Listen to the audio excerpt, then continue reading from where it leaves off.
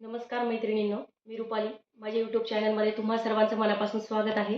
तर मी आज तुम्हाला नाशिकची फेमस मिसळची रेसिपी दाखवणार आहे.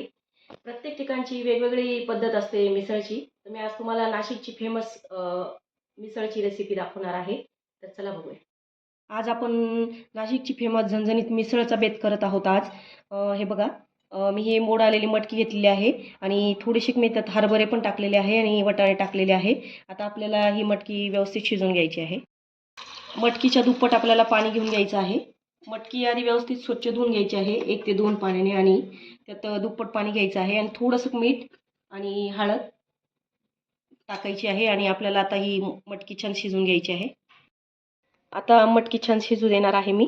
तोपर्यंत मी मसाल्याची तयारी करून घेते. मसाल्यासाठी एक मोठा कांदा घेतलेला आहे आणि हे बघा एवढं खोबरं घेतलेलं आहे. आपल्याला हे काळं करून घ्यायचं आहे. आपलं खोबरं हे बघा छान काळं झालेलं आहे. आता मी ते काढून घेते. आता आपण कांदा होऊ देऊया. आपले कांदे छान भाजून झालेले आहे. आता मी गॅस बंद करून घेते. मटकी पण आपली शिजलेली आहे, बघू शकता तुम्ही. तर गॅस बंद करते.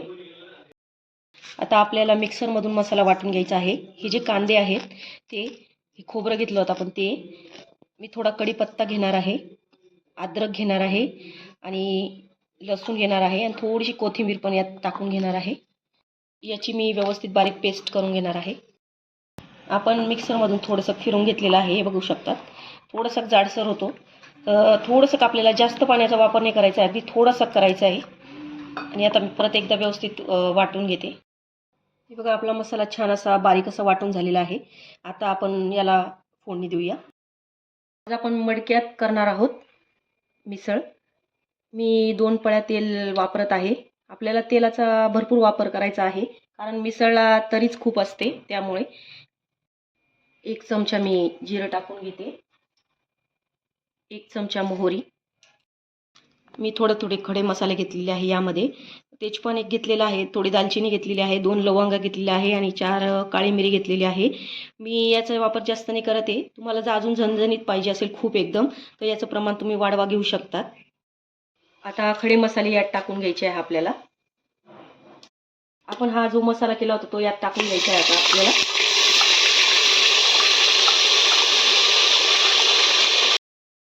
आपल्याला तेल सुटेपर्यंत व्यवस्थित मसाला असा एकदम असा फ्राय होऊ द्यायचा आहे. हे आपण घरातले काही मसाले घेतलेले आहे. लाल तिखट मी 1 चमचा घेतलेला आहे, 1.5 चमचा मी इथं काळं तिखट घेतलेलं आहे आणि अर्धा चमचा हळद घेतलेली आहे. कारण आपण हळद मटकीला शिजवण्यासाठी पण टाकलेली होती, त्यामुळे मी तर अर्धा चमचाच हळदीचा वापर करत आहे. मसाल्याला छान तेल सुटलेलं आहे. आता आपण हे जे मसाले होते ते टाकून घेऊया आणि व्यवस्थित असं मिक्स करून घेऊया. एकदम सुगंध सुटलेला आहे. मडक्याची चव अजून मडक्यात केल्यामुळे अजून चव वाढते आपल्या मिसळची. मटकी मी बाजूला काढून घेतलेली आहे. हे मटकीचं पाणी आहे. आपल्याला मटकी टाकायची नाही आहे त्यामध्ये, आपल्याला फक्त रस्सा बनवायचा आहे. आता आपण यात गरम पाणी ॲड करणार आहोत. आपलं मटकीचं पाणी आणि आपण त्याच्यात थोडंसं साधं पाणी गरम करून ॲड केलेलं आहे, ते मी यात टाकून घेते. आणि आपल्याला ही जर रस्सा आहे ना, हा पातळच ठेवायचा आहे. चवीनुसार मीठ टाकून घ्यायचं आहे. आपण मटकी शिजवताना त्यामध्ये पण मीठ टाकलेलं होतं, त्यामुळे याच्यात आपल्याला थोडं कमीच मीठ टाकायचं आहे. आणि वरून कोथिंबीर टाकत आहे आणि व्यवस्थित 15 ते 20 मिनिटं आपल्याला हा रस्सा बारीक गॅसवर एकदम उकळू द्यायचा आहे. आता आपला रस्सा छान उकळून गेलेला आहे. 15 ते 20 मिनिटं झालेली आहे. मी आता गॅस बंद करते. तर आपली झणझणीत अशी नाशिकची फेमस मिसळ तयार झालेली आहे. बघू शकतात किती छान झालेली आहे. तर नक्की ट्राय करा मैत्रिणींनो माझ्या पद्धतीने मिसळची रेसिपी. माझे व्हिडिओ आवडत असतील तर माझ्या चॅनलला सबस्क्राईब करा, लाईक्स करा, कमेंट करा आणि मला सपोर्ट करा. धन्यवाद.